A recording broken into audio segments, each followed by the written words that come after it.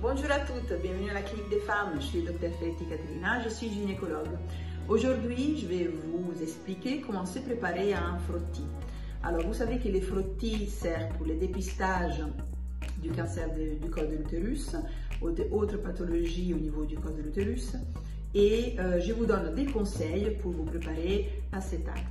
Alors, les 24 heures précédentes l'examen, il faudra essayer d'éviter de mettre des produits vaginaux comme des ovules ou des crèmes dans les vagins.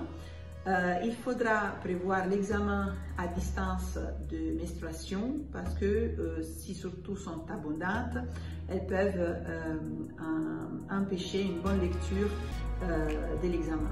Et après, un conseil encore plus important pour que vous soyez détendu et pas très stressé pour les frottis.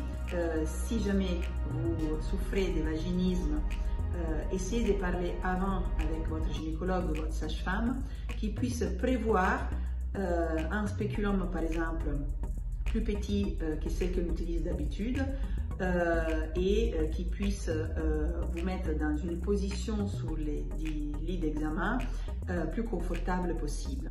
Mais comment se passe un frottis? Alors vous serez allongé en position gynécologique sur les lits gynécologiques avec les jambes dans les étriers et avec les fesses bien au bord pour que l'introduction du spéculum soit plus aisée. Le spéculum, je vous rappelle, c'est cet objet-là qui sert pour écarter les parois du vagin, est introduit là, au niveau du vagin, et après il s'arrête ici, au niveau du col utérin, là. Donc il sera ouvert un tout petit peu et le médecin verra le col de l'utérus et il pourra faire les petits prélèvements de cellules. Les prélèvements de cellules, c'est indouleur. La chose la plus inconfortable, ça pourrait être effectivement la pose du spéculum. Alors, souvenez-vous qu'il y a différentes tailles de spéculum, du plus petit au plus grand. Le médecin, il pourra choisir effectivement le spéculum qui est plus adapté à vous. Donc, soyez tranquille, les frottis ne font pas mal.